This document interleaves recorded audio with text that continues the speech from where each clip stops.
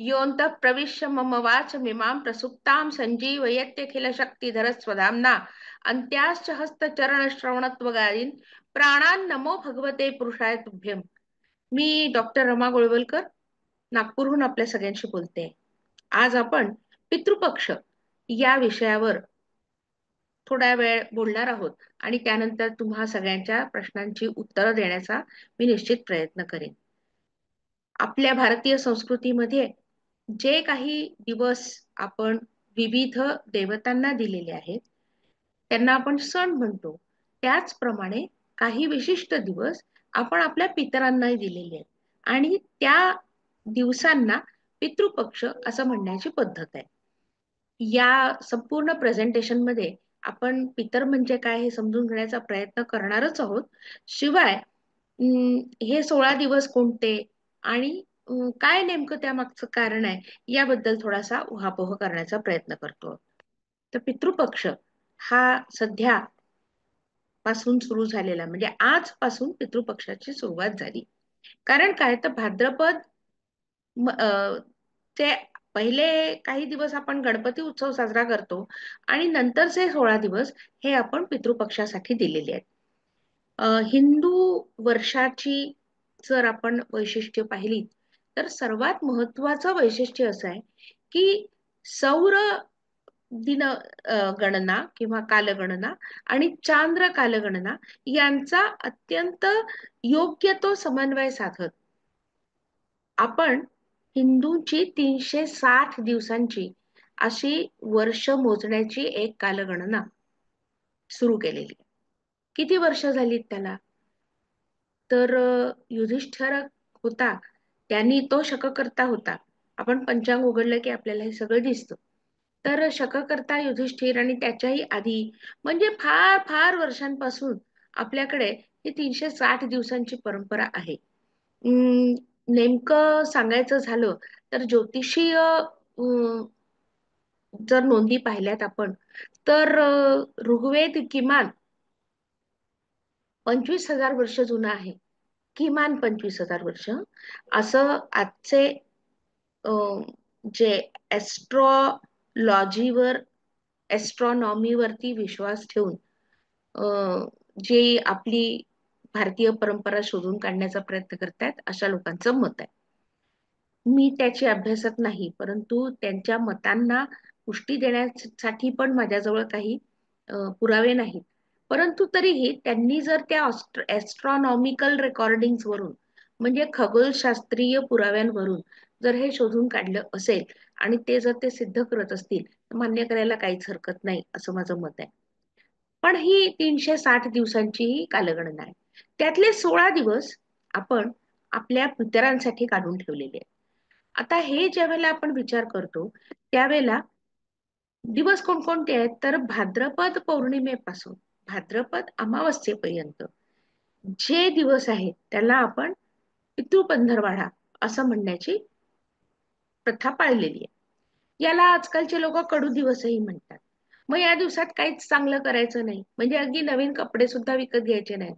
कोणत्याही शुभ कार्यासाठी हे दिवस वर्ज करायचे. इथपासून तर काही होत नाही पर्यंतचा सगळा प्रवास आपल्याला चांगलाच परिचित आहे. पण श्राद्ध दिवसही म्हटलं जातं याचं कारण असं आहे की आपले आई वडील आई आणि वडील जर हयात नसतील जिवंत नसतील तर वर्षभरातल्या ज्या तिथीला त्यांचा मृत्यू झालेला आहे तर पितृपंधरवाड्यातल्या त्या तिथीला त्यांच्या नावाने तर्पण करायचं असतं. म्हणजे एक साधंसं उदाहरण आहे की एखाद्याचे वडील किंवा एखाद्याची आई किंवा दोघेही जण दोन वेगवेगळ्या तिथींना गेलेत. उदाहरणार्थ वडील गेलेत कोणत्या तरी एका पौर्णिमेला आणि आई गेलीये कोणत्या तरी एका अष्टमीला. तर भाद्रपद पौर्णिमेला वडिलांची तिथी करायची, त्यांना तर्पण करायचं आणि भाद्रपद कृष्ण अष्टमीला आईला तर्पण करायचं, अशी ही पद्धत आहे. विदर्भामध्ये या पितृपंधरवाड्याला आणखीन एक शब्द आहे, ते म्हणजे हाडपक. या भूमीमध्ये आणखीन एक परंपरा फार वेगळी आहे, जी संपूर्ण भारतात तुम्हाला कुठेच दिसणार नाही. तर ती परंपरा कशी? तर अनंत चतुर्दशीला ज्या गणपतीचं विसर्जन होतं, म्हणजे ते अत्यंत स्वाभाविक आहे. कारण आपण गणेश चतुर्थीथे अनंत चतुर्दशी असा 10 दिवसांचा किंवा कधी कधी 11 दिवसांचा गणेशोत्सव साजरा करतो आणि अनंत चतुर्दशीला गणेशाचं विसर्जन होतं. हे विसर्जन झाल्यानंतर पुन्हा भाद्रपद कृष्ण चतुर्थीला विदर्भामध्ये काही लोक गणपतीच्या मूर्तीची स्थापना करतात. हा अर्थातच नवसाचा गणपती असतो. एखादा नवस केल्यानंतर तो पूर्ण झाल्यावर उजव्या सोंडेचा गणपती 10 दिवस विदर्भामध्ये बसवला जातो आणि त्याला हाडपक्या गणपती असं म्हणतात. या गणपतीचे सोपस्कारही ठरलेले आहेत. आणि त्यात जसे मोहर्रम मध्ये वाघ नाचतात, म्हणजे माणूस माणूस आपल्या शरीरावरती वाघाचा रंग लेवून आणि चेहऱ्यावरती वाघाचा मुखवटा घालून 5 घरी 10 घरी जाऊन नाचून येतो आणि त्याच्यासाठी ढोल ताशे वगैरे असतात. त्याला आम्ही मोहरमचे वाघ नाचवणं म्हणतात. तसेच हाडपक्या गणपतीचेही वाघ नाचवले जातात.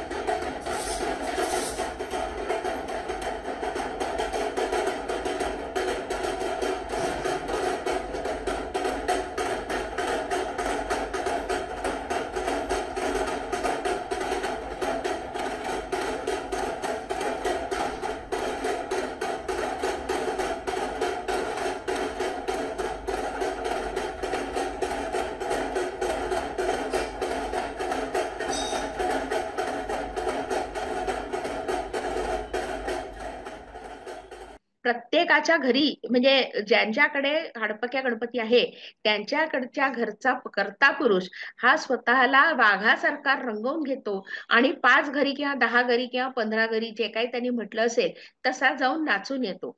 हा त्यांचा नवस आहे, त्यामुळे ते त्यांना करणं भाग असतो. काही लोक जसं नवरात्रीमध्ये जोगवा मागण्याचा नवस करतात, तसाच हा विदर्भातल्या एका लोक परंपरेचा भाग म्हणून मी तुम्हाला सांगितलं. कारण म्हणून ह्या हाडपक हा शब्द मी मुद्दाम वापरला, की हाडपक आणि हाडपक्या गणपती हा विदर्भातल्या मातीत रुजलेला सण आहे. या व्यतिरिक्त सर्वात महत्वाची गोष्ट म्हणजे आपल्या भारतीय परंपरेने याला महालय श्राद्ध असं नाव दिलेलं आहे. तुम्ही ज्या ज्या वेळेला पंचांग उघडाल किंवा कालनिर्णय उघडाल किंवा आणि महालक्ष्मी दिनदर्शिका वगैरे जे काही उघडाल, तेव्हा तुमच्या असं लक्षात येईल की भाद्रपद पौर्णिमेपासून भाद्रपद अमावस्येपर्यंत प्रत्येक ठिकाणी महालय श्राद्ध नवमी तिथी, महालय श्राद्ध अष्टमी तिथी असं लिहिलेलं असतं. महालय काय ते आपण पुढे बघणार आहोत. आता आपण बघूया पितर म्हणजे काय. हे पितर जेव्हा आपण समजून घेतो त्यावेळेला सर्वात महत्वाचं लक्षात घेतलं पाहिजे की ऋग्वेद काळापासून आपल्या पितरांना आपल्या जीवनात आपण स्थान दिलेलं आहे. नुसतं तेवढंच नाही, तर त्यांच्या असण्याचा आपण उल्लेख वारंवार केलेला आहे. अं, त्यात त्यांनी असं म्हटलंय की मनुष्य जातीचे पूर्वज अथवा मूळ पुरुष अर्थात जे पुण्यशील मृत लोक असतात त्यांना तिसऱ्या स्वर्गात स्थान दिलेलं असतं. त्यांना पितर असं म्हणतात. ही ऋग्वेदातली व्याख्या आहे, ही माझी नाही. म्हणून मी तिथे ऋग्वेदातला तुम्हाला संदर्भही दिलेला आहे की 10वं मंडल 15व सूक्त आणि त्याचं 8वी ऋचा ही या अर्थाची आहे. ज्यांनी पुराण मार्गांचं अनुसरण केलेलं आहे, पुराण मार्ग म्हणजे पुराणांनी सविस्तरपणे जगायचं कसं हे सांगितलेलं आहे आणि लोकरीती काय आहे, तुमची समाजरीती काय आहे, काय योग्य काय अयोग्य, काय नैतिक काय अनैतिक, काय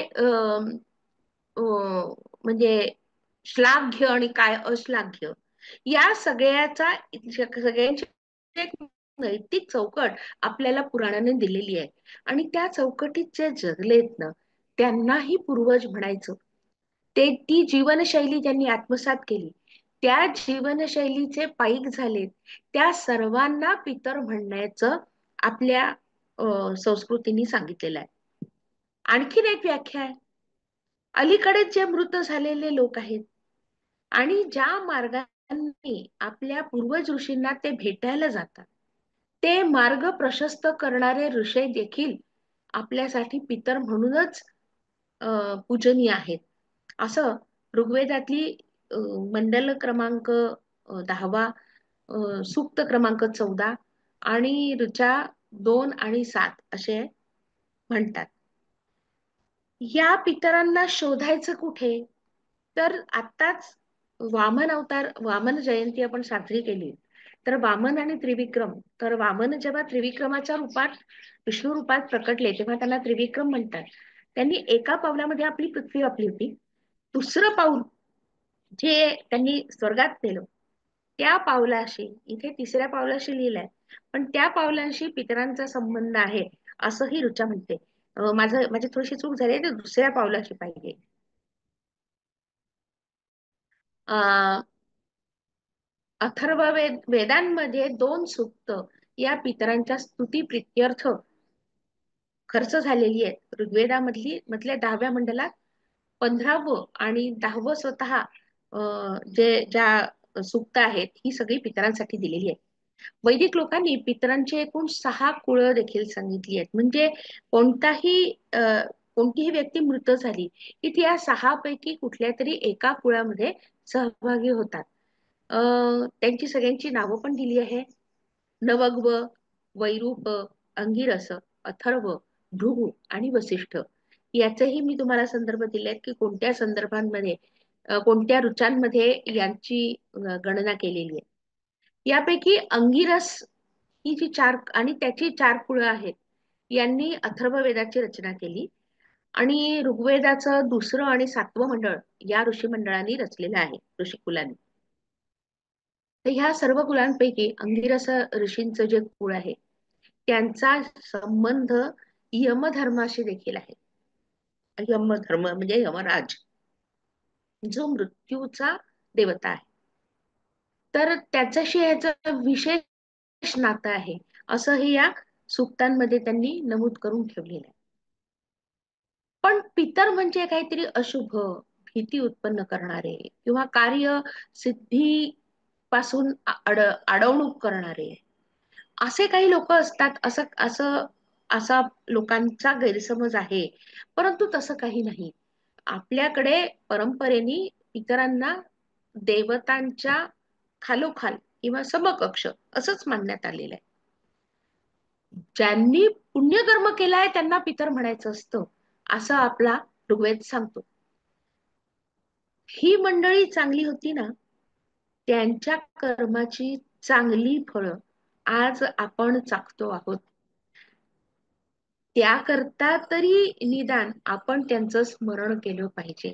त्यांनी केलेले कष्ट, त्यांनी सहन केलेल्या हाल अपेष्टा, त्यांनी केलेलं तप, त्यांनी केलेलं चांगलं कर्म, या सगळ्याचं संचित त्यांनी आपल्या पाठीशी उभं केलेलं आहे. म्हणून आपण आज ताठ मानेनी आणि मान वर करून, पाठीचा कणा ताठ करून उभे राहू शकतो. त्यामुळे त्या पितरांचं स्मरण आपण केलं पाहिजे. ही या पितृपक्षाच्या 15 दिवसातली भावना आपल्या मनात असायला हवी, अशी अपेक्षा आहे. याला कडू दिवस किंवा हाडपं किंवा अशुभ दिवस हे नंतर लादलेली ओझी आपण जरा काढून टाकली पाहिजेत, अशा मताची मी आहे. आता पितरांचं वर्गीकरण करत असताना कनिष्ठ, मध्यम आणि वरिष्ठ अशा 3 प्रकारच्या पितरांचं वर्गीकरण केलेलं आहे. फार पूर्वीचे आणि अलीकडले अशाही प्रकारे आपण पितरांचं वर्गीकरण करू शकतो. याशिवाय ज्यांच्या वंशजांना माहीत असणं शक्य नाही इतके लांबचे पितर जरी असले. म्हणजे कसं आहे की जेव्हा आपण एखाद्या व्यक्तीचं 13वं घालतो त्यावेळेला 42 पानं मांडली जातात आणि आपण 42 पिढ्यांना त्यावेळेला जेवायला बोलवलेलं असतं. आता ह्याच्यापैकी कोणते आपले पूर्वज आहेत आणि कोणते आपले पूर्वज नाही हे आपल्याला माहिती नसतं, परंतु अग्नीला ते माहीत असतं असं आपल्या ऋग्वेद म्हणतो. आणि अंतरिक्ष, पृथ्वी आणि आकाश ही पितरांची वसतिस्थानं आहे असा उल्लेख अथर्ववेदांनी केलेला आहे. देवता पूजन करताना यज्ञोपवीत म्हणजे जानवं हे सव्य असावं. म्हणजे काय, तर डाव्या खांद्यावरून उजव्या कमरेपर्यंत ते पसरलं असावं, म्हणून त्याला सव्य म्हणतात. तर पितरांना ज्या वेळेला आपण तर्पण करत असतो त्यावेळेला ते उजव्या खांद्यावरून डाव्या कमरेपर्यंत पसरलेलं असावं किंवा तिथे इथपर्यंत आलेलं असावं, त्याला अपसव्य म्हणतात. आणि ज्या वेळेला ही दोन्ही कर्म आपण करत नाही त्यावेळेला ते गळ्यामध्ये माळेसारखं असावं, त्याला निमित्त असा शब्द आहे, पण आजकाल माळेसारखं ते नसतं. आपण प्रत्येक कार्य करत असताना ती कर्मपूजन आहे, म्हणजे कर्म हीच आपली पूजा आहे असं समजून ते सव्य ठेवलेलं असतं. अर्थात ह्या प्रत्येकाच्या श्रद्धा आहेत, परंतु याच्यातही मला कुठेतरी संवादशास्त्र फार प्रकर्षाने दिसतं. कसं, तर एखादी व्यक्ती सव्य करून जर एखादं कर्म करत असेल तर ती पूजा करते आहे आणि पूजा करताना तिथे त्या व्यक्तीला कुठलाही व्यत्यय आणता कामा नये हे सांगण्यासाठी म्हणून ते सव्य. आणि जर ती अपसव्य असेल तर ते पितृकार्य करत आहे त्याही वेळेला त्याला कुठल्याही प्रकारचा अडथळा किंवा अडचण येता कामा नये.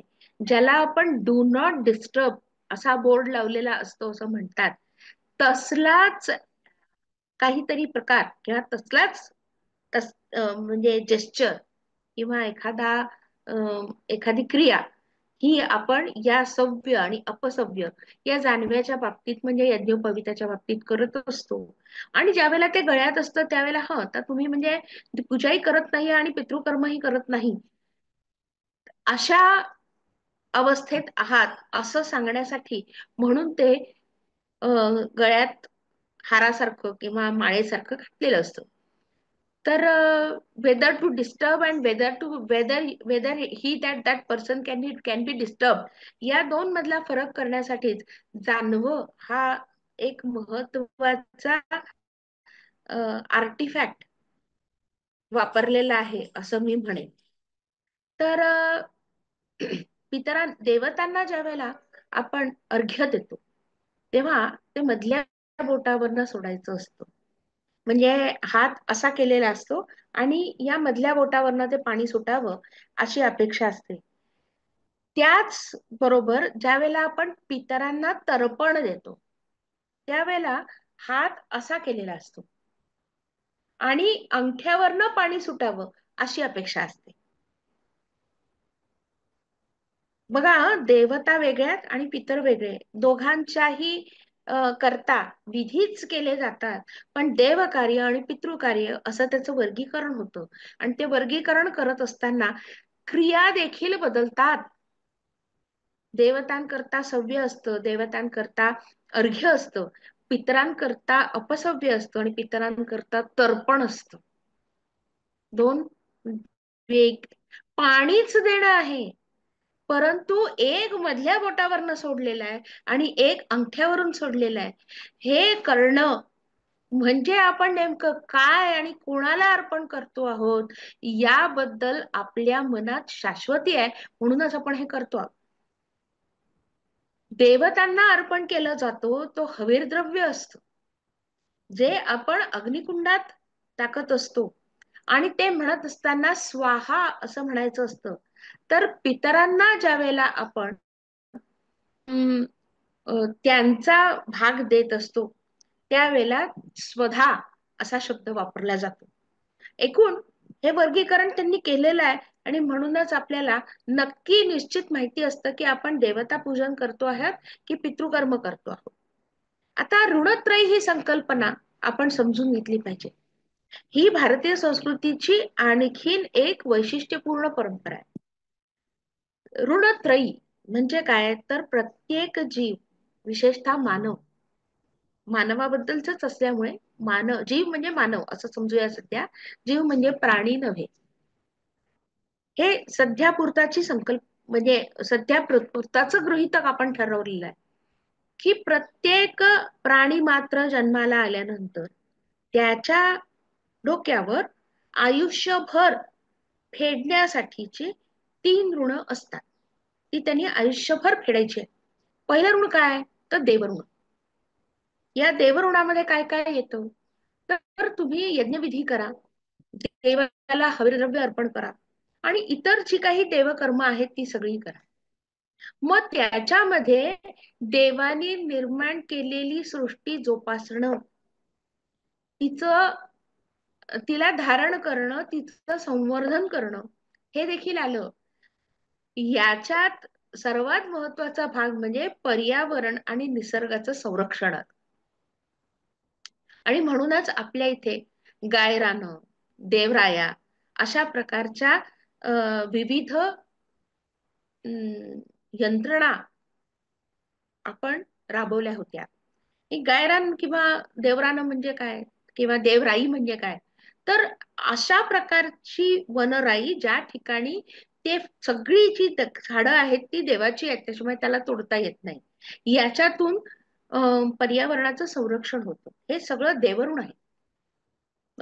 कुठल्याही अ, पाण्याच्या स्रोताला कोणत्याही प्रकारची हानी किंवा इजा पोहोचवता कामा नये.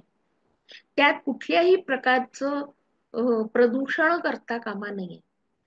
सगळे स्रोत जे आहेत देवा पाण्याचे, ते गंगा देवीचेच अवशेष आहे, अवतार आहेत, अवशेष नाही, अवतार आहेत किंवा गंगा देवीचाच एक अंश आहे असं समजून आपण स्थानिक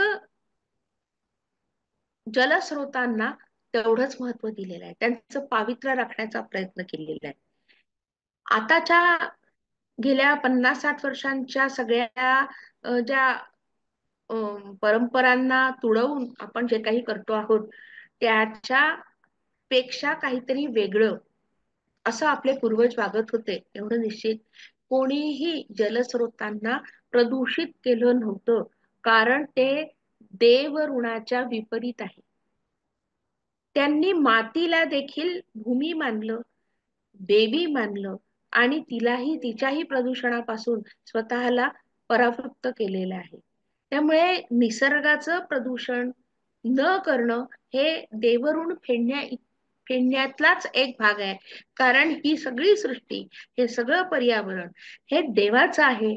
ते त्यांनी आपल्याला वापरण्यासाठी दिलाय, जोपासण्यासाठी दिलाय, संवर्धन करण्यासाठी दिलाय आणि अधिक उत्तम करून पुढच्या पिढीपर्यंत पोहोचवण्यासाठी दिलाय. ही त्यामागची भावना होती.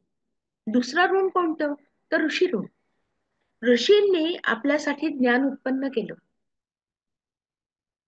हे ज्ञान उत्पन्न करत असताना त्यांनी ब्रह्मचर्याचा अवलंब केला. ब्रह्मचर्य हे अतिशय विस्तृत अशी संकल्पना आहे. यात काम हा विषय येतोच येतो, परंतु संयमित काम हा ब्रह्मचर्याचा मुख्य विषय आहे. आणि ज्या वेळेला तुम्ही ब्रह्मचर्याचं पालन करता त्यावेळी काम भावनेला दूर सारून मग आपण आपलं कार्य करायचं असतं, हे लक्षात घेतलं पाहिजे. ब्रह्मचर्य आणि स्वाध्यायादी कर्तव्य. स्वाध्याय म्हणजे स्वतःचा केलेला अभ्यास, स्वतः वाचून वाचन, मनन, चिंतन आणि चर्चा, परिचर्चा यातून जाणून घेतलेली माहिती, त्या माहितीवरती बौद्धिक मंथन करून त्यातून उत्पन्न केलेलं ज्ञान, याला स्वाध्याय असं म्हणतात. आणि हे आपल्याला सतत करायचं आहे. म्हणून ज्यावेळेला गुरुगृहातून शिष्य बाहेर पडणार असतो, त्यावेळेला गुरु त्याला स्नान घालतो, कारण ज्ञानाने मी तुला स्नान घातलेलं आहे असं गुरुचं, विद्येने स्नान घातलंय असं त्याच्यातून सूचित करतो. आणि त्यानंतर सत्यम वद, धर्मम चर, आणि तिसरी आज्ञा आहे ती स्वाध्यायात मा प्रमद, म्हणजे खरं बोला, धर्माचं आचरण करा आणि स्वाध्याय करायला विसरू नका. हे पहिल्या 3 आज्ञा गुरु आपल्या शिष्याला आयुष्यभराकरता देत असतो. किती महत्वाची गोष्ट आहे ही. आणि हे जर आपण करणार असू, तर आपण निश्चितपणे आपल्या ऋषीऋणांतून काही प्रमाणात मुक्त होण्याचे प्रयत्न करतो आहात असं म्हणायला पाहिजे. कारण ऋषींनी निर्माण केलेलं ज्ञान जोपासायचं, त्याचे संगोपन करायचं, त्याची त्याचं त्याला आपण म्हणतो ना की सांभाळून ठेवायचं, जतन करायचं आणि ते पुढच्या पिढीला सोपवायचं. त्यात भर घालून पुढच्या पिढीला सोपवायचं. ही जी एक धडपड असते मानवी समाजाची, त्यातून तो समाज अधिकाधिक समृद्ध होत जातो, अधिकाधिक विशुद्ध होत जातो. आणि त्या त्या मानव म्हणून त्या समाजाची जडणघडण ही अतिशय योग्य प्रकारे होत जाते, कारण तो ज्ञानावर आधारित असा समाज असतो. हे ऋषी ऋण आहे. या ऋषी ऋणातून मुक्त होण्यासाठी आपण प्रयत्न केले पाहिजे. आणि तिसरं जे ऋण आहे ते म्हणजे पितृऋण. या पितृऋणाचा संबंध 2 गोष्टींशी आहे. एक तर आपल्या पितरांची जनुक पुढच्या पिढीमध्ये पोचवायची, म्हणजे वंशवृद्धी करायची, आणि श्राद्धादी कर्म करून आपल्या पितरांना आपल्या स्मरणात कायम ठेवायचं. ते नित्य ठेवत असताना त्यांची आठवण म्हणून त्यांना तर्पण करायचं, त्यांना तिलांजली द्यायची, त्यांच्या स्मरणार्थ कुणाच्या तरी पोटापाण्याची एका दिवसाची का होईना पण सोय करायची. त्यांनाच आपण हे जेव खाऊ घालतो आहोत असं समजून अन्नदान करायचं. अनेकदा म्हणजे पूर्वीच्या काळी ज्या वेळेला अतिशय विस्तृत प्रमाणात श्राद्ध होत होती, त्यावेळेला छत्री दिली जायची, वाहना दिल्या जायच्या, वस्त्र दिली जायची, अन्न दिलं जायचं आणि सवत्स धेनू दिली जायची. आजकाल काय होतं, या सगळ्या गोष्टी फार मुबलक प्रमाणात उपलब्ध आहेत, त्याच्यामुळे त्या दान करण्याची जी ती किंमत आहे ती आपल्याला त्यातलं कळत नाही. परंतु छत्री, वाहना, वस्त्राची जोडी, म्हणजे वरचं उत्तरीय आणि अधरीय असं, किंवा 2 धोतर जोड्या, एक दिवसाचं भरपेट जेवण, या सगळ्या गोष्टी एकेकाळी फार कमी प्रमाणात उपलब्ध होत्या आणि त्यामुळे त्या दानाचं महत्व अधिक होतं. हा आपण विचार केला पाहिजे. हे ज्या वेळेला आपण ही ऋणत्रयी संकल्पना समजून घेतो, त्यावेळेला मग आपल्या लक्षात येतं की वर्षातून एकदा होणारं श्राद्ध आणि मग पितृपक्षातही करण्याचं श्राद्ध, म्हणजे वर्षातून 2दा आपण एकच गोष्ट करत असतो बरं का. लक्षात घ्या, आपण उत्तरायणामध्ये आणि दक्षिणायनामध्ये एकच सण 2दा साजरे करतो. उदाहरणार्थ दीपामावस्या करतो आणि ती दीपामावस्यानंतरकडे दीपावली येते. दोन्ही अमावस्येलाच आपण दिव्यांचा झगमगाट करतो. अशा प्रकारे जर तुम्ही पाहिलं तर एकच सण आपण साधारणपणे 2दा साजरे करतो. आता तुम्हाला आणखीन गंमत सांगते, राखी पौर्णिमा साजरी करतो आणि भाऊबीज साजरी करतो. गुढीपाडवा असतो आणि बलिप्रतिपदा असते. बलिप्रतिपदा ही पाडवाच असतो, कारण त्यापासून आपलं आर्थिक वर्ष सुरू झालेलं असतं. त्याच्यामुळे चोपड्या ज्या आहेत ना व्यापाऱ्यांच्या, त्या चोपड्या नवीन लिहायला सुरुवात करणे, नवीन वर्षासाठी लिहायला सुरुवात करणे, हे बलिप्रतिपदेच्या दिवशी होतं. सांगण्याचं तात्पर्य असं की ज्याप्रमाणे आपण पितरांच्या साठी म्हणजे आई वडिलांचं श्राद्ध हे वर्षातल्या त्यांच्या तिथीला करतो, त्याचप्रमाणे तसंच श्राद्ध आपण पितृपक्षातही करत असतो.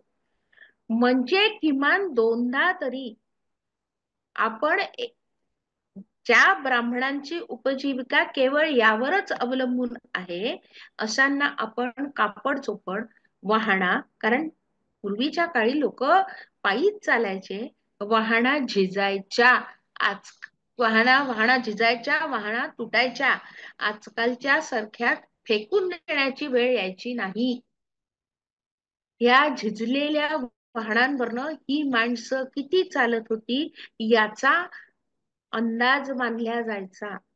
आणि म्हणून आपल्याकडे आणखीन एक वाक्प्रचार आहे की मी दारोदारी जाऊन वाहना झिजवल्यात, परंतु माझं काम झालं नाही.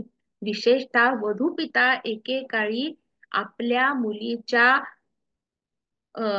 साठी योग्य वर शोधणे हे त्याच्या मागे एक काम होतं, आजही आहे. परंतु आता परिस्थिती बदललेली आहे आणि पूर्वीच्या काळी तसं नव्हतं. तर ह्या सगळ्या ज्या गोष्टी आहेत हे देण्यामागची संकल्पना हीच की ज्यांची उपजीविका केवळ यावरच अवलंबून आहे, त्यांनी अजून केटरिंगचा व्यवसाय सुरू केलेला नाही किंवा जोडधंदा केलेला नाही, अशा व्यक्तींच्या जोपासण्याकरता ही परंपरा सगळी ठेवली होती. आता मुद्दा असा आहे की पितृपक्षाची प्रथा काय आहे, तर पिंडदान. पिंडदान कसं करायचं? सर्वात आधी महत्वाचं म्हणजे अशा प्रकारची कुठलीही प्रथा इतर कुठल्याही समाजामध्ये नाही, हे आपल्याला समजून घेतलं पाहिजे. इतर कुठल्याही संस्कृतीत नाही. पिंडदान काय आहे? पिंड म्हणजे भाताचा गोळा का? आपल्याला तो तसाच वाटतो. भाताचा गोळा म्हणजे पिंड. तर बघा, हे अशी पिंड ठेवलेली असतात. यातला पहिला आहे तो आपल्या आजोबांचा असतो, दुसऱ्या पिंडाची जी ओळ असते ती आपल्या पणजोबांची, आजोबांची आणि वडिलांची. म्हणजे आपण 3 पिढ्यांना तर्पण करत असतो. ज्या वेळेला आपले वडील मृत्युमुखी पडतात आणि आपण त्यांना तर्पण करतो, त्यावेळी आपले पणजोबा, आजोबा आणि वडील या तिघांना करतो आणि खापर पणजोबा मात्र यामुळे स्वर्गात त्यांची जागा नक्की होते, अशी श्रद्धा आहे. का स्वर्ग खरंच कोणी पाहिलाय मला माहिती नाही, परंतु आपल्याकडे ही श्रद्धा आहे आणि तेवढी मी तुम्हाला सांगते. त्यामुळे 3 पिढ्या आपण म्हणतो ना, भांडणातही तुझ्या यांनी माझ्या 3 पिढ्या उद्धरल्या. उद्धरल्या म्हणजे त्यांचा उल्लेख केला, 3 पिढ्यांना माझ्या शिव्या दिल्यात यांनी किंवा खरे खोटं सुनवलं किंवा त्याला बोल लावले. 3 पिढ्यांमध्ये आपण 3 पिढ्यांचं श्राद्ध करतो म्हणून 3 पिढ्या उद्धरल्या असं सांगितलं जातं. मग पिंड म्हणजे भाताचा गोळा का? की पिंड म्हणजे फलित बीजांड देखील. बघा, फलित बीजांड हे वाढत वाढत म्हणजे एक एक झायगोट तयार होतो. म्हणजे पुल्लिंगी शुक्राणू आणि स्त्रीलिंगी बीज यांचं एकत्रीकरण झालं की झायगोट तयार होतो. आणि तो झायगोट दर काही मिनिटांनी दो दो दुहेरी गतीने वाढत जातो. म्हणजे एकाचे 2 होतात, 2चे 4 होतात, 4चे 8 होतात, 8चे 16 होतात, 16चे 32 होतात आणि अशा प्रकारे त्या पेशी वाढत जातात आणि एक 2-3 दिवसात हा असा गोळा तयार होतो आणि ह्याच्यात जीव असतो. मग आता हा गोळा नेमका या पिंडांसारखा दिसतो की नाही बघा. म्हणजे पिंडांमध्ये ज्याप्रमाणे भाताची शीतं आपल्याला एकूण एक शीत वेगळं दिसतं, तसं या ठिकाणी आपल्याला पेशी वेगवेगळ्या दिसू शकतात. आणि हा नेमका असाच दिसतो. पण पिंड म्हणजे नुसतीच पिंड नाही, तर आपण शंकराची पिंड देखील म्हणतो. शंकराची पिंड म्हणजे काय? तर अस्तित्व. एक असं अस्तित्व जे आपल्या अ, आप, अ, संकल्पनेच्या किंवा कल्पनेच्या किंवा ज्ञानाच्या कक्षेच्या पलीकडे आहे असं. पिंड म्हणजे अस्तित्व देखील. आपण बोलता बोलता असं म्हणतो की कोणापुढे झुकणं हा माझा पिंड नव्हे, हार मानणं हा माझा पिंड नव्हे. मी कोणत्याही परिस्थितीत राहीन, पण कधी लाचारी पत्करणार नाही, कारण लाचारी पत्करणं हा माझा पिंड नाही. मग हा पिंड काय? हा पिंड म्हणजे माझ्या व्यक्तिमत्वाचा मूळ गाभा. ज्या भोवती माझं व्यक्तिमत्व उभारल्या गेलेलं आहे किंवा म्हणजे रचल्या गेलेला आहे, असा हा पिंड. मग पिंड म्हणजे अस्तित्व. त्याचप्रमाणे आपल्या या संपूर्ण विश्वामध्ये विविध प्रकारचे ग्रह, गोल आणि ज्योतिपिंड अशी अशी फिरत असतात. कितीतरी हजार आकाशगंगा आणि त्या आकाशगंगांमध्ये वावरणारे किंवा फिरणारे वेगवेगळे तारे, यांना देखील आपण पिंडच म्हणतो. विचार करा. आणि हा सगळा जेव्हा असतो, जेव्हा शंकराची पिंड ही आपण प्रतीक म्हणून वापरतो आणि त्यालाच आपण शिवलिंग म्हणतो. या शिवलिंगाला प्रतीकाच्या माध्यमातून आपण शिवतत्वापर्यंत पोहोचण्याचा प्रयत्न करत असतो. हा जो विशिष्ट हे जे विशिष्ट छायाचित्र आहे जे मी तुम्हाला दाखवते, हे भोपाळच्या भोजपूर या गावी असलेल्या शिवलिंगाचं छायाचित्र आहे. इतकी प्रचंड मोठी ग्रानाइटची शिवपिंडी आहे तिथे, की काही सांगताच सोय नाही. म्हणजे तुम्ही पाहत असाल तर एक माणूस एक 6 फुटाचा तिथे उभा आहे आणि त्याच्या कितीतरी वर ते तिचं अधिष्ठान आहे. त्या अधिष्ठानानंतर शाळुंका आहे आणि शाळुंकेच्या वरती शिवपिंड आहे. तर अशा प्रकारे प्रतिकात्मक स्वरूपातही ज्या वेळेला आपण पिंड हा शब्द वापरतो, त्यावेळेलाही आपल्याला त्या संदर्भानुरूप आपण त्याचे अर्थ करत असतो.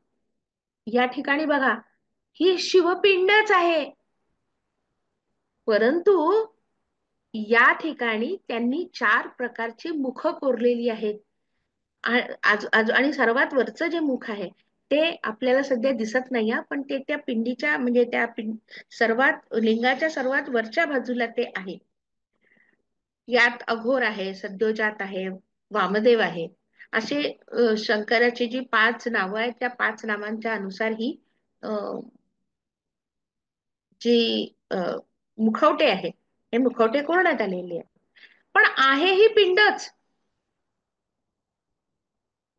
म्हणजे पिंड या शब्दाचा अर्थ आणि व्याप्ती आपल्याला लक्षात घेतली पाहिजे. आणि मग ही पितृपक्षाची प्रथा का बरं आहे? तर त्यांनी त्यांचं जीवन ज्या मूल्यांवरती जगलं, त्यासाठी, त्यांच्या पराक्रमासाठी, त्यांच्या बुद्धीसाठी, त्यांच्या मेधेसाठी, त्यांच्या प्रतिभेसाठी, त्यांच्या प्रज्ञेसाठी, त्यांच्या तेजस्वितेसाठी, त्यांच्या व्यवहार चातुर्यासाठी आपण त्यांचं स्मरण करायला पाहिजे. मी वेगवेगळ्या पैलूतून आपले पूर्वज कसे होते याचा विचार केला आणि म्हणून मला हे काही पैलू सापडले. त्यात आपण अनेक पैलू अधिक वाढवू शकतो, परंतु विस्तार भयास्तव मी अतिशय महत्वाचे असे पैलू घेतलेले आहेत. परंतु ह्या लोकांनी काय काय सहन केलं असेल आणि ह्या लोकांच्या आयुष्यातल्या प्रत्येक खडतर प्रसंगात यांनी कशा प्रकारे मार्ग काढला असेल, याचा विचार जेव्हा आपण करतो तेव्हा आपल्या लक्षात येतं की यांनी हे मार्ग काढलेत, म्हणून त्या मार्गावरून आपण पुढे जात आहोत. थोडस विषयांतर होईल पण सांगते. ज्यावेळी इस्लामी आक्रमण झाली, त्यात आपली मंदिरं उद्ध्वस्त झालीत, आपल्या देवतांच्या मूर्ती फोडण्यात आल्या, आपले ग्रंथ जाळून टाकण्यात आले, अनेक जिवंत स्त्री, पुरुष आणि लहान मुलं यांच्या कत्तली करण्यात आल्या. हे सगळं सहन करून आजही हिंदू धर्म जिवंत ठेवणारे त्या काळचे लोक नसते तर आज आपला मागमूस राहिला नसता. एका इस्लामी विचारवंतांनी बोलता बोलता माझ्या समोर हे कबूल केलं की जिस जन्नत की तलाश पैगंबर मोहम्मद साहब को थी, वो जन्नत दरअसल भारत थी। और त्यांनी हेही मान्य केलं की जगाच्या पाठीवर जिथे जिथे इस्लाम आणि ख्रिश्चॅनिटी गेली, त्या दोन्ही विचारधारांनी तिथल्या सर्व लोकांच्या विचारधारांना परास्त करून आपल्या विचारधारा त्यांच्यावरती लादल्यात. त्यांना त्या विचारधारा कबूल करायला भाग पाडलं. पण भारतामध्ये यांचा सपशेल पराभव झाला. कारण ज्यांना शक्य होतं त्यांनी मूर्ती वाचवल्या, ज्यांना शक्य होतं त्यांनी ग्रंथ आपल्या स्मरणात ठेवले, किमान 10 ग्रंथ पाठ करून ठेवायचे. म्हणजे ते नष्ट झाले तरी त्यांना, म्हणजे त्यांची प्रत नष्ट झाली तरी ते माझ्या बुद्धीत शाबूत राहतील आणि मी ते पुढच्या पिढीला देईन, असे दशग्रंथी ब्राह्मण होते. Their brain was, they have used as a storage of knowledge. आज जसे आपण पेन ड्राईव्ह आणि हार्ड डिस्क अशा वापरतो, तसे त्यांनी स्वतःचे मेंदू वापरलेले आहेत. आणि तलवारीच्या जोरावरती नाही, कुठल्याही प्रकारच्या संपत्तीच्या लालसेपोटी नव्हे, तर केवळ आपल्या धर्मावर असलेली अढळ निष्ठा, ही आपल्या पूर्वजांनी आपल्याला दिलेली देणगी आहे. आणि म्हणूनच 500 वर्षाचा राम जन्मभूमीचा संघर्ष आपण जिंकून तिथे राम मंदिर उभं करू शकलो. आपल्या पूर्वजांनी आपल्याला काय दिलं, तर आपल्या पूर्वजांनी आपल्याला आपल्या धर्माबद्दलचं प्रेम दिलं, निष्ठा दिली, सत्व दिलं आणि स्वाभिमान दिला. आणि म्हणून पितृपक्षाची प्रथा आपण कसोशीने पाळायला हवी. या ठिकाणी आपल्या 42 पिढ्यांना आपण हे दिलं जाणारं तर्पण आहे, त्याचा हा फोटो आहे. आता आपण बघतो की बा नेमकं काय, कशामुळे ही पितृपक्षाची योजना करण्यात आली आहे. तर दुसऱ्या कुठल्याही संस्कृतीने जो प्रश्न स्वतःला विचारला नाही, तो प्रश्न भारतीय संस्कृतीने विचारला. त्याचं नाव, तो प्रश्न आहे कोहम. मी कोण आहे? त्या कोहमचा शोध घेण्यामध्ये अख्खं आयुष्य जातो. मी कोण आहे? माझी परंपरा काय आहे? माझे संस्कार काय आहेत? या समाजात माझ्या पूर्वजांचं काय योगदान होतं आणि या समाजाप्रती माझं कर्तव्य काय आहे? हे सगळे उपप्रश्न या कोहम मध्ये दडलेले आहेत. आणि या प्रश्नांची उत्तर जेव्हा आपण शोधतो, त्यावेळेला आपल्याला पितृपक्षाचं महत्व कळतं. लहानात लहान आणि मोठ्यातली मोठी व्यक्ती स्वतःच्या स्वतंत्र ओळखी सकट या समाज रचनेचा एक अविभाज्य घटक म्हणून जगत असते. आणि त्या प्रत्येक व्यक्तीचं त्या समाजाच्या बांधणीमध्ये, त्या समाजाच्या उत्कर्षामध्ये एक अनन्य साधारण महत्व असतं. आणि ते महत्व हे त्यांच्या त्यांच्या वंशजांनी मान्य करून त्यानुसार, कारण प्रत्येकाला आपण तर्पण देऊ शकत नाही, त्यामुळे निदान आपल्या पितरांना आपण तर्पण दिलं पाहिजे, त्यांची ओळख आपण ठेवली पाहिजे, त्यांची आठवण ठेवली पाहिजे, त्यांनी केलेल्या कार्यकर्तृत्वाचा गौरव आपण करायला हवा. म्हणून पितृपक्षाची गरज आहे.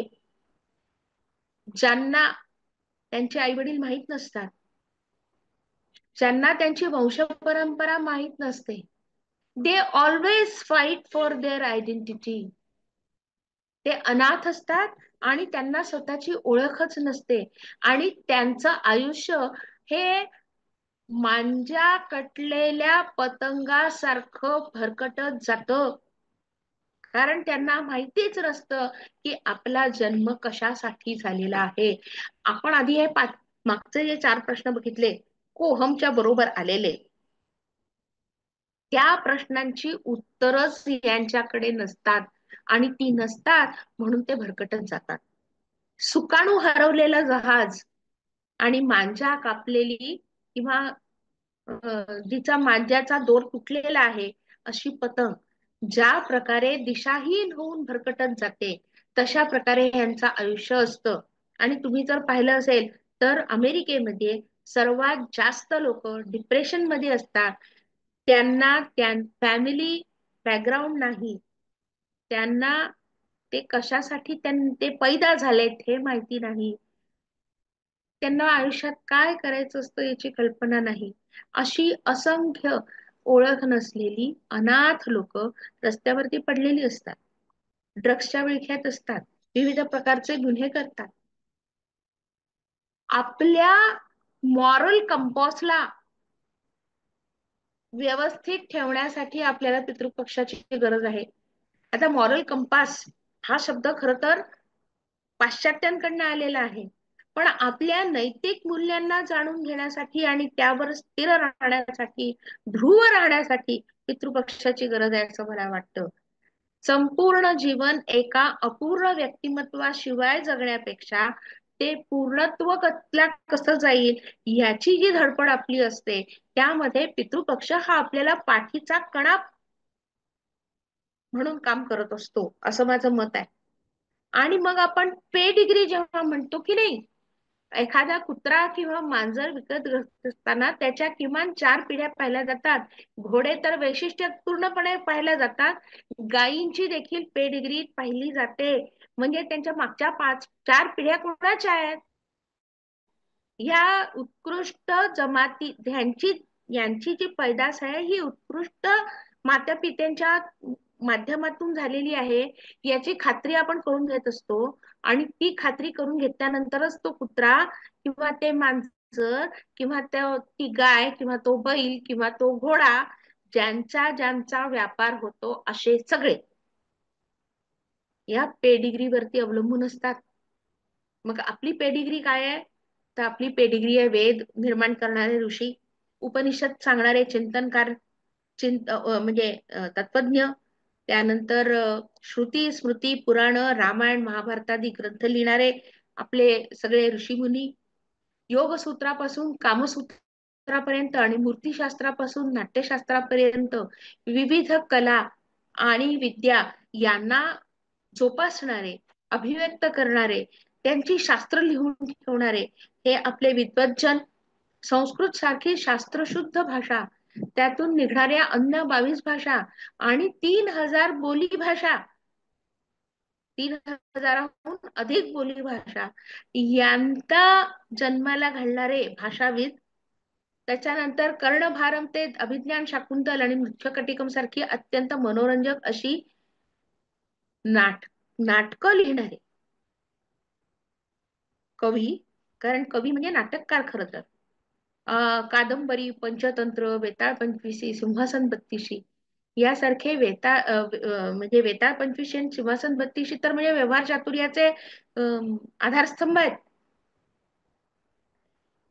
काय काय त्याच्यात नाही. आणि सर्वात मला सिंहासन बत्तीशी जर तुम्हाला आठवत असेल तर तुम्हाला सांगते मी, की साध्या त्या सिंहासनावरच्या जडवलेल्या पुतळ्या राजाला ऐकवतात की या सिंहासनावरती तू तेव्हाच बस ज्या वेळेला तुझ्यामध्ये राजा विक्रमादित्यासारखे हे गुण असतील. त्यामुळे 32 गुण राजाला आवश्यक असतात आणि ते 32 गुण जर असतील तरच तुम्ही राजा बनण्याच्या क्षमतेचे असता. हे एक पुतळी, त्याच्यामध्ये पुरुष नाही, त्याच्यामध्ये एक स्त्री एका राजाला सुनवत असते. सुनावणे काय शब्द आहे, काय योजना आहे, किती नाट्यमयता आहे. आणि आपण इथे म्हणत असतो की भारतीय संस्कृतीमध्ये स्त्रियांना अजिबात मानाचं स्थान नव्हतं. मग सिंहासन बत्तीशी कशी काय लिहिली बाबा? आदिशंकराचार्य आणि मंडन मिश्राच्या वादविवादामध्ये किंवा जे त्यांच्यामध्ये झालेली जी चर्चा होती, त्या चर्चेचं पंच होण्याचं भारती देवी या मंडन मिश्राच्या पत्नीला कसं काय ते पद देण्यात आलं? त्यामुळे जे जे तुम्हाला सांगतात की स्त्रियांना अजिबात स्थान नव्हतं, त्या सर्वांना या प्रश्नांची उत्तरं मागा. अष्टाध्यायी सारखा एक परिपूर्ण व्याकरणाचा ग्रंथ ज्याच्यात अजून एकही बदल करण्यात आलेला नाही, अशी ती अष्टाध्यायी जी परिपूर्ण व्याकरण ग्रंथ म्हणून जगभरात प्रसिद्ध आहे, अशी अष्टाध्यायी ज्यांनी लिहिली ते पाणिनी. शून्य आणि दशमान अंक पद्धती ज्यांनी दिली असे आपले गणितविद, गणिती, ज्यांनी खगोलशास्त्र, रसायनशास्त्र आणि आयुर्वेद यासारख्या ज्ञानशाखा विकसित केल्या, असे सर्व. म्हणजे मग त्याच्यात तुम्ही वराहमिहिर पासून तर भास्कराचार्यांपर्यंत आणि नागार्जुनापासून तर वाग्भटापर्यंत सगळे येऊ शकतात. सत्य, अहिंसा, अस्तेय, ब्रह्मचर्य, सम्यक ज्ञानाची पंचसूत्री ज्यांनी मांडली, असे सगळे. आनो भद्रा कर्तवो यंतु विश्वतः, म्हणजे सर्व दिशांनी चांगले विचार आमच्यापर्यंत पोहोचो. सर्वे सुखिनः सन्तु सर्वे सन्तु निरामयाः सर्वे भद्राणि पश्यन्तु मा कश्चित् दुःखभाग् भवेत्. अशा सारखे म्हणजे सर्व सुखी हो, सर्व निरोगी राहो, सर्वांना सर्वत्र शुभच दिसो, कोणीही दुःखाचा भागी होऊ नये. ओम सहनाववतु, म्हणजे आम्हा दोघा गुरु शिष्यांचं रक्षण व्हावं, आम्हा दोघांचं एकत्रितपणे पोषण व्हावं, आमची ज्ञानाची भूक भागावी, दोघांनी एकत्रितपणे शक्ती प्राप्त करून पराक्रम गाजवावा आणि तेजस्वी व्हावं, आणि आम्ही कधीही परस्परांचा विद्वेष करू नये, म्हणजेच एकमेकांशी स्नेहाने आणि प्रेमाने राहावं आणि सर्वत्र शांती नांदावी, अशा प्रार्थना ज्यांनी रचल्यात, ज्यांनी आपल्याला स्वातंत्र्य मिळवून दिलं, ज्यांनी शिक्षण आणि राज्यघटनेच्या मार्गातून सामाजिक समता प्रस्थापित करण्याची दिशा दाखवून दिली, ज्यांनी आम्हाला आयडेंटिटी क्रायसिस पासून वाचवलं, त्या सर्व पितरांना या 16 दिवसात आपल्याला आठवायचं आहे. आणि म्हणून हे 16 दिवस म्हणजे भाद्रपद पौर्णिमेपासून सर्व पितृ अमावस्येपर्यंत आपण महालय, आलय, आलय म्हणजे घर, महान लोकांनी ज्या ज्या काही गोष्टी करून ठेवल्या त्या सगळ्या लोकांना आठवणं, यासाठी या 16 दिवसांची योजना करण्यात आली आहे. आणि या 16 दिवसांमध्येच दुर्गा देवी आपल्या भक्तांना भेटण्यासाठी तिचं विविक्षित स्थान सोडून पृथ्वीकडे प्रवासाला सुरुवात करते. तिला 15 दिवस लागतात. 15 दिवसाचा प्रवास करून ती पृथ्वीवरती अवतरते, ती सर्व पितृ अमावस्या. आणि दुसऱ्या दिवशीपासून सुरू होतं ते देवीचं नवरात्र. म्हणजे ज्या पितरांना आपण आठवण केली, त्यांना तर्पण केलं, त्यांना तिलांजली वाहिली, त्या पितरांचं पुन्हा एकदा सृजन करण्याची शक्ती ज्या दुर्गा देवीमध्ये आहे, त्या दुर्गा देवीचं आवाहन करून आपण हे नवरात्र बसवतो. घट बसतात. घट म्हणजेच गर्भाशय, गर्भाशयात त्याच्यातलं घटातलं जल म्हणजे गर्भजल, आणि त्याच्या आसपास ठेवलेल्या मातीमध्ये अंकुरणारे जे वेगवेगळे धान्य आहे, ते धान्य म्हणजे पुन्हा सृजन सुरू होणार. तर एका ठिकाणी महालय संपतो आणि सृजनाच्या नव्या नांदीची सुरुवात होते. म्हणून पितृपक्ष हे कुठल्याही प्रकारे अशुभ नसून ते या सृष्टीच्या चक्राचाच एक भाग आहे. उत्पत्ती, स्थिती आणि लय आणि पुन्हा उत्पत्ती, ही जी काही सृष्टीच्या नियमामध्ये बसणारी यंत्रणा आहे, त्या यंत्रणेचाच एक भाग म्हणून आपण पितृपक्षाकडे पाहिलं पाहिजे.